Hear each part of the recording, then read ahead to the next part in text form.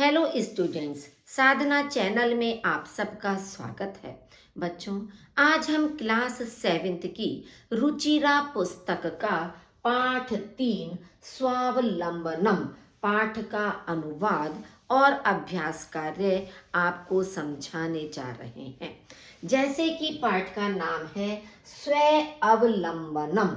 स्व अवलंबनम का मतलब होता है स्व माने अपने, अवलंबनम माने सहारे, यानी कि आत्मनिर्भर, कि अपने सहारे, अपने ऊपर निर्भर होकर किसी भी कार्य को करना।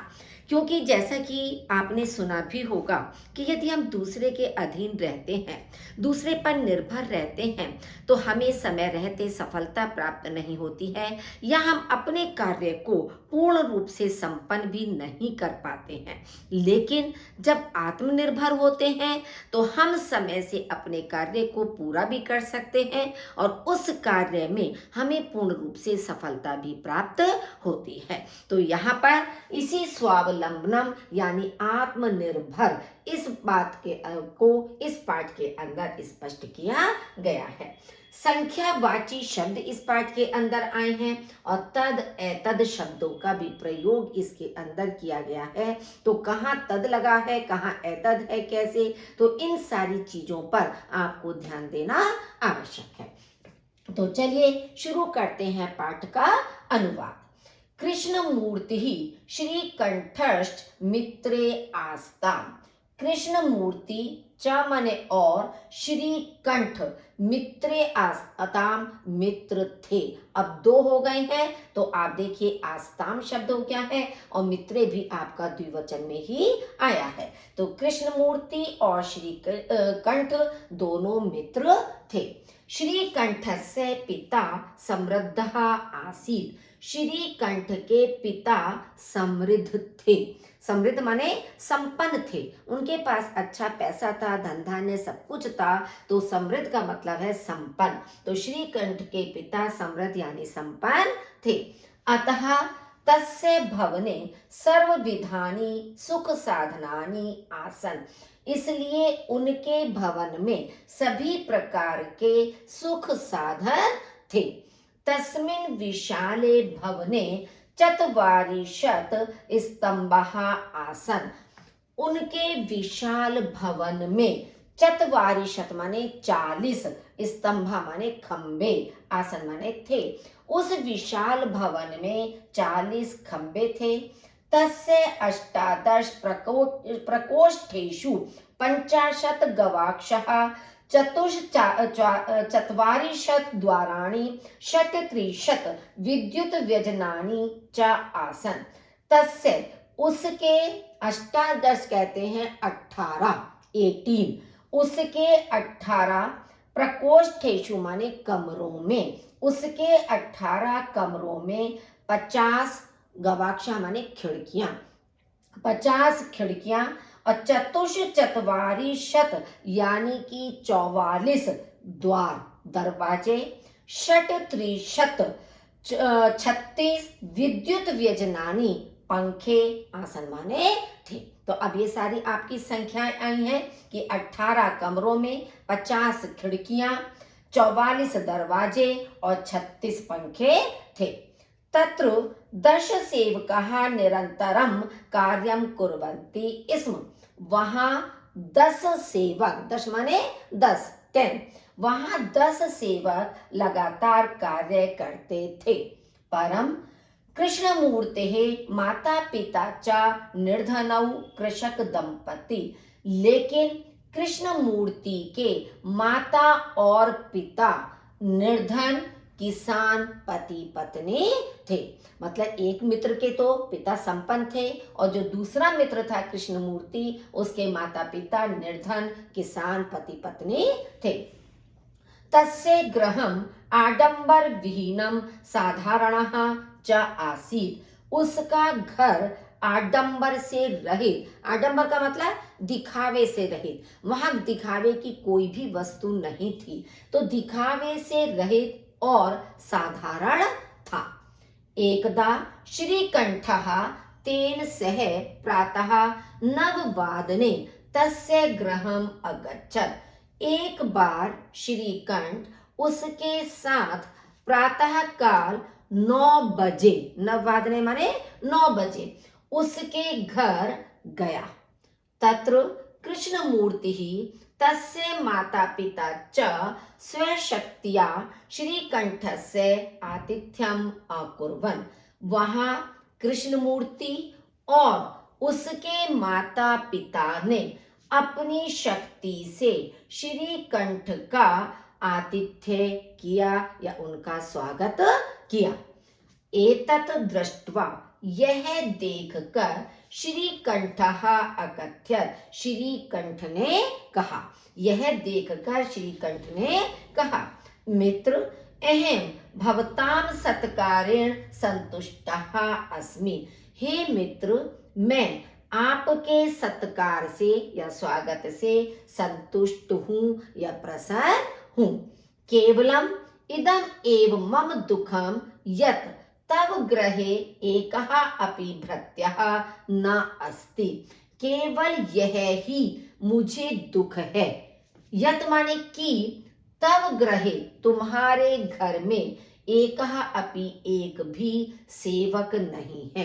भृत्य माने सेवक या नौकर, कि केवल यह ही मुझे दुख है कि तुम्हारे घर में एक भी नौकर या सेवक नहीं है। मम सत्काराय भवताम बहु कष्टम जातम। मेरा सत्कार करने के लिए आपको बहुत कष्ट हुआ। मम गृहे तु बहवः कर्मकराः सन्ति। मेरे घर में तो बहुत से नौकर हैं। तदा कृष्णमूर्ति अवदत्। तब कृष्णमूर्ति बोला, मित्र, मम अपि अष्टौ कर्मकराः सन्ति। हे मित्र, मेरे भी 8 नौकर हैं। क्या कहा कृष्णमूर्ति ने कि मेरे भी 8 नौकर हैं। ते च द्वौ पादौ द्वौ हस्तौ द्वे नेत्रे। वे 2 पैर, 2 हाथ, 2 नेत्र और द्वे श्रोत्रे, 2 कान इति माने हैं। मतलब 8 नौकर कौन कौन से हो गए? 2 हाथ, 2 पैर, 2 आंखें और 2 कान। तो इस तरह से मेरे भी ये 8 नौकर हैं। एते प्रतिक्षणम मम सहायकः। ये सब प्रत्येक पल या हर समय मेरे सहायक हैं। किंतु तव भृत्यः सदैव सर्वत्र च उपस्थितः भवितुं न शक्नुवन्ति। लेकिन तुम्हारे सेवक या तुम्हारे नौकर हमेशा ही और सब जगह उपस्थित नहीं हो सकते हैं। कि मान लीजिए आप कहीं भी जा रहे हो तो वहां आपके नौकर हमेशा आपके साथ नहीं रह सकते हैं, जबकि उसके नौकर हमेशा साथ में रहेंगे। तो इसलिए उसने कहा कि तुम्हारे सेवक हमेशा ही और सब जगह तुम्हारे साथ उपस्थित नहीं हो सकते हैं। त्वं तु स्वकार्याय भृत्यः धीनः। तुम तो अपने कार्य के लिए नौकरों के अधीन हो, सेवकों के अधीन हो, कि जब सेवक कार्य करेंगे तभी आपका काम होगा। यदा यदा ते अनुपस्थितः। यदा माने जब जब वे अनुपस्थित होते हैं, तदा तदा त्वं कष्टम अनुभवसि। तब तब तुम कष्ट का अनुभव करते हो। कि जब जब वे अनुपस्थित होते हैं तब तब तुम कष्ट का अनुभव करते हो। स्व अवलंबने तु सर्वदा सुखम एव न कदापि कष्टम भवति। अपने सहारे तो हमेशा सुख ही है, न कदापि कभी भी कष्ट नहीं होता है। क्योंकि हम जब चाहें तब अपना काम स्वयं कर सकते हैं। तो अपने सहारे रहने पर हमेशा सुखी है, कभी भी कष्ट नहीं होता है। श्रीकंठः अवदत्। श्रीकंठ बोला, मित्र, तव वचनानि श्रुत्वा मम मनसि महती प्रसन्नता जाता। हे मित्र, तुम्हारे वचन सुनकर मुझे मन में अत्यधिक प्रसन्नता जाता माने हुई। अधुना अहम अपि स्वकार्याणि स्वयं एव कर्तुम इच्छामि। अब मैं भी अपने कार्य स्वयं ही करना चाहता हूँ। भवतु सार्धद्वादशवादनम इदं सांप्रतम गृहं चलामि। ठीक है, सार्ध का मतलब होता है आधा और द्वादश माने 12, यानी 12:30 बज गए हैं। सांप्रतम अब घर चलता हूँ, कि दोपहर के 12:30 बज गए हैं, अब मुझे घर चलना चाहिए या मैं घर चलता हूँ। तो ये आपका पाठ का अनुवाद था। आपको अर्थ इसका समझ में आ गया होगा।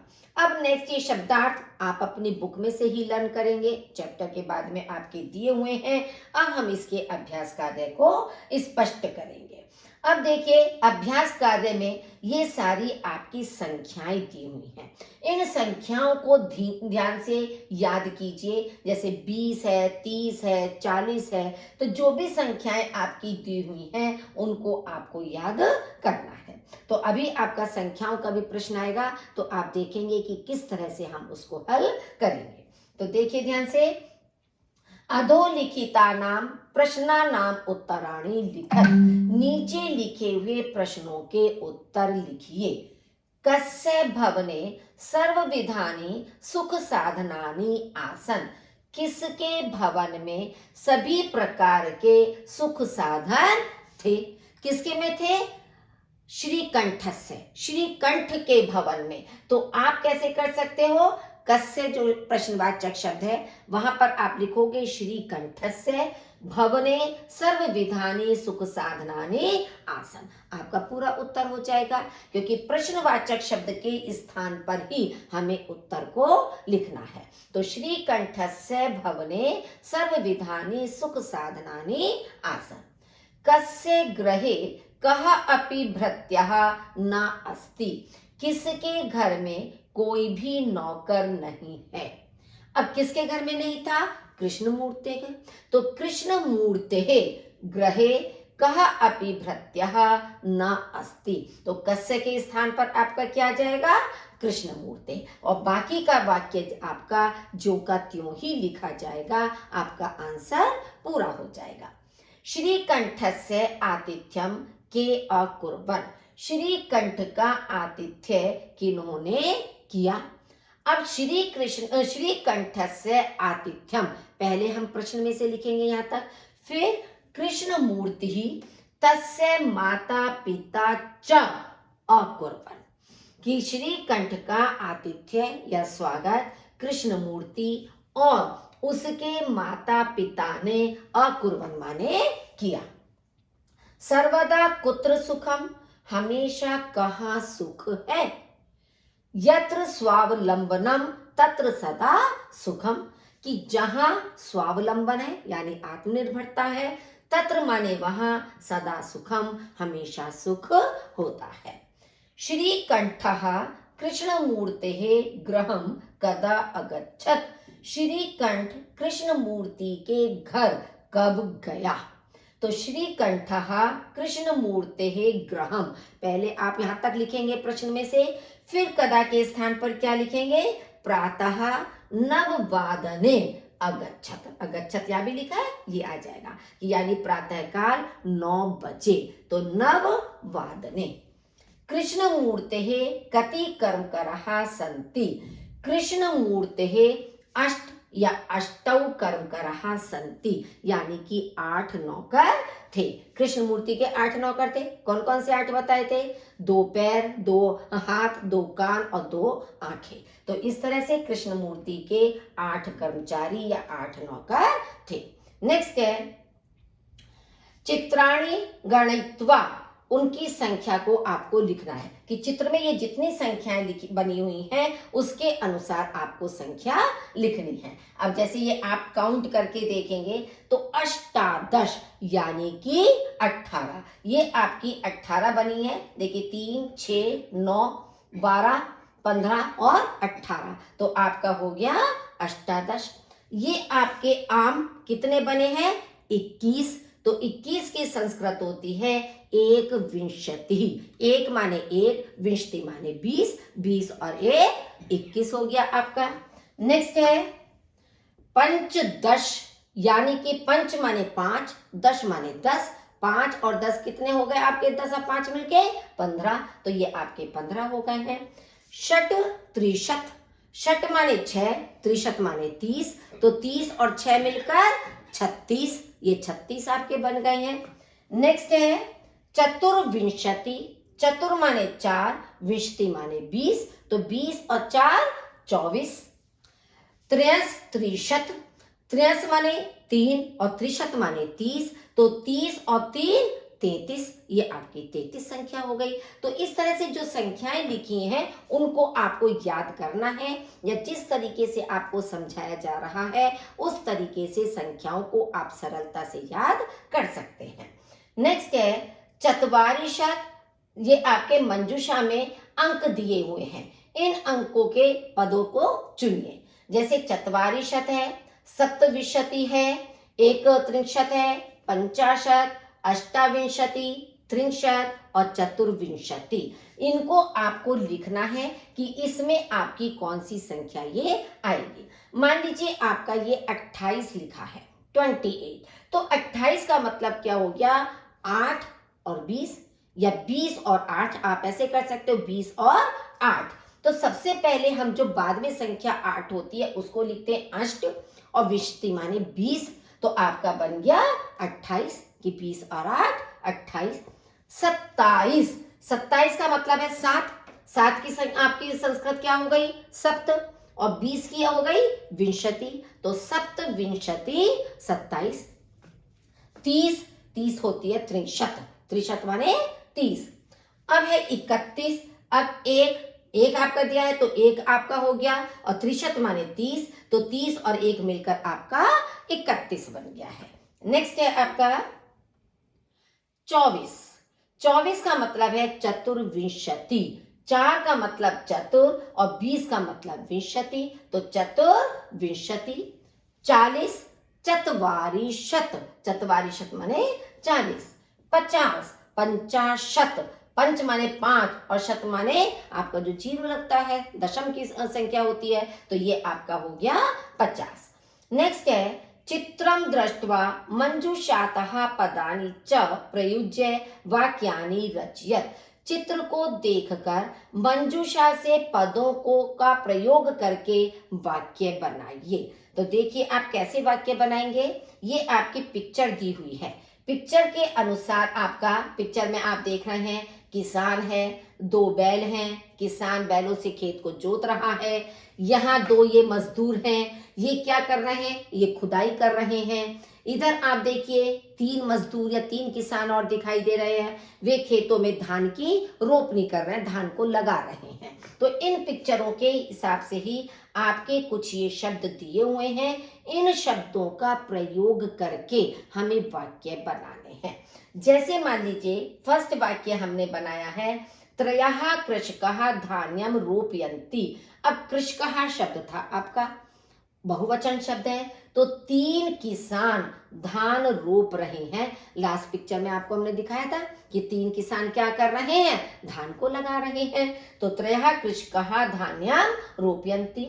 2 कृषकौ खनन कार्यम कुरुतः, 2 किसान खनन कार्य मतलब नीचे से खुदाई का काम कर रहे हैं। एते कृषकः स्वहस्ताभ्याम धान्यम रोपयन्ति, ये किसान अपने हाथों से धान रोप रहे हैं, ये नहीं किसी और से, जो किसान है वो अपने हाथों से ही धान को रोप रहे हैं। एषः कृषकः द्वाभ्याम वृषाभ्याम क्षेत्रम कर्षति, यह किसान द्वाभ्याम माने 2, वृषाभ्याम माने बैलों से खेत को जोत रहा है, यह किसान 2 बैलों से खेत जोत रहा है। एतौ द्वौ वृषभौ स्तः, ये दोनों बैल हैं। अस्मिन् चित्रे एकः कृषकः क्षेत्रम कर्षति, इस चित्र में एक किसान खेत जोत रहा है। कृषकः आतपे अपि धान्यम रोपयन्ति, किसान धूप में भी धान को रोपते हैं, कि चाहे जितनी भी तेज धूप हो लेकिन वे खेतों में धान को लगा रहे हैं या रोप रहे हैं। तो इस तरह से आपके कोष्ठक में जितने शब्द थे उन शब्दों के आधार पर आपके वाक्य बने हैं। आप इनके अलावा अपनी इच्छा से कोई भी वाक्य बना सकते हो, लेकिन उन शब्दों का प्रयोग अवश्य करना है। अब है अधोलिखितान समयवाचकान अंकान पदेषु लिखत। नीचे लिखे हुए समयवाचक को अंकों में लिखें, या जो समयवाचक अंक दिए हुए हैं उन्हें आपको पदों में लिखना है। तो ये आपका समय दिया हुआ है। जैसे मान लीजिए 10:30 बजे, 10:30 लिखा है, तो साढ़े का मतलब जो 30 होता है उसकी संस्कृत होती है सार्ध। अब आपका बचा है 10, तो 10 माने 10, तो सार्ध द्वादश वादनम। आपका मतलब यहाँ पर क्या हो गया है, सार्ध, ये गलत लिखा हुआ है बच्चों यहाँ पर, जबकि एग्जाम्पल है, क्योंकि सार्ध द्वादश लिखा है, इसका मतलब हुआ 12:30 बजे। तो ये एग्जाम्पल बुक में आपका स्वयं अपना आप लिखा है, तो ये आपका गलत है। होना चाहिए सार्ध दश वादनम, कि 10:30 बजे। द्वादश नहीं आएगा, द्वादश का मतलब तो 12 हो गया आपका। तो ये आपका गलत बुक में लिखा हुआ है, इसको आप ठीक कर लें। 7 बजे सप्त वादनम, 7 की संस्कृत होती है सप्त। 2:30, तो आप देखिए सार्ध द्विवादनम, सार्ध माने 30 यानी आधा, और द्वि माने 2, तो 2:30, या आप कह सकते हो 2:30, सार्ध द्विवादनम। 11 बजे, 11 की संस्कृत होती है एकादश, कि 10 और 1 मिलकर 11 होता है, एकादश वादनम। 4:30 या 4:30, तो सार्ध चतुर्वादनम, चतुर माने 4, सार्ध चतुर्वादनम। 1:30, सार्ध 1 वादनम, यानी कि सार्ध का मतलब आधा और 1 का मतलब 1, सार्ध 1 वादनम। 5 बजे पंच वादनम, 5 का पंच। 3:30 बजे सार्ध त्रिवादनम, 3 का 3 हो गया, तो सार्ध त्रिवादनम। 9 बजे नव वादनम, 9 का मतलब 9। 12:30 सार्ध द्वादश वादनम। देखिए जो चीज यहाँ पर आई थी आपकी गलत लिखी थी, वह यहाँ पर आ गई है, 12:30 सार्ध द्वादश वादनम। 8 बजे अष्ट वादनम, 7:30 बजे सार्ध सप्त वादनम। तो सार्ध का मतलब याद रखिए साढ़े, यानी कि 30 मिनट जो होते हैं, और उससे पहले जो भी संख्या दी है उसी के अनुसार आपको संस्कृत का प्रयोग करना है। नेक्स्ट है आपका मंजूषातः पदानि चित्वा रिक्त स्थानानि पूरयत। मंजूषा से पदों को चुनकर रिक्त स्थान पूरे कीजिए। अब आपका दिया है षड माने 6, त्रिशत 30 हो गया, 1 त्रिशत 31 हो गया, 2 माने 2 हो गया, द्वादश माने 12 हो गया, अष्टाविंशति माने 28 हो गया। अब आप देखिए ऋतवः भवन्ति, ऋतु होती हैं, कितनी ऋतुएं होती हैं, 6 ऋतुएं होती हैं। तो आपका आ गया षड माने 6 ऋतुएं होती हैं। मासः द्वादश भवन्ति, मास कितने होते हैं, 12 होते हैं। एक साल में 12 महीने होते हैं ना, तो मास का मतलब महीने, तो महीने 12 होते हैं।